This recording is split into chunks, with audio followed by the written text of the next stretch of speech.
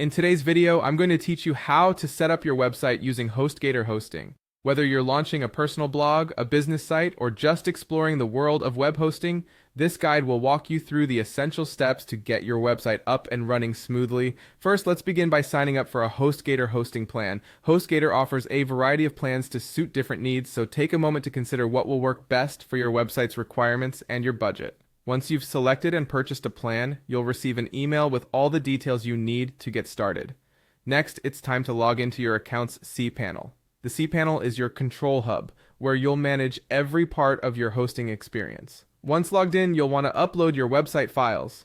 You can do this either through the file manager provided in the cPanel or by using an FTP client if you're more familiar with that. Using the file manager is pretty straightforward. Simply navigate to the appropriate directory and upload all your site files there. If your website requires a database, like in the case of a WordPress site, you'll need to set that up next.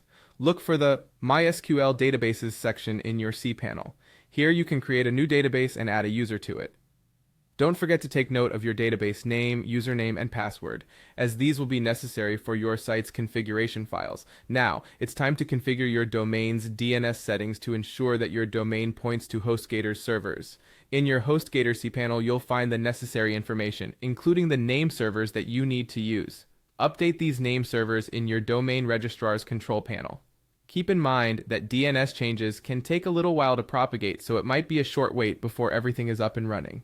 With everything in place, it's time to test your website. Enter your domain in a browser and navigate to your site. You should find that your website is live and functional.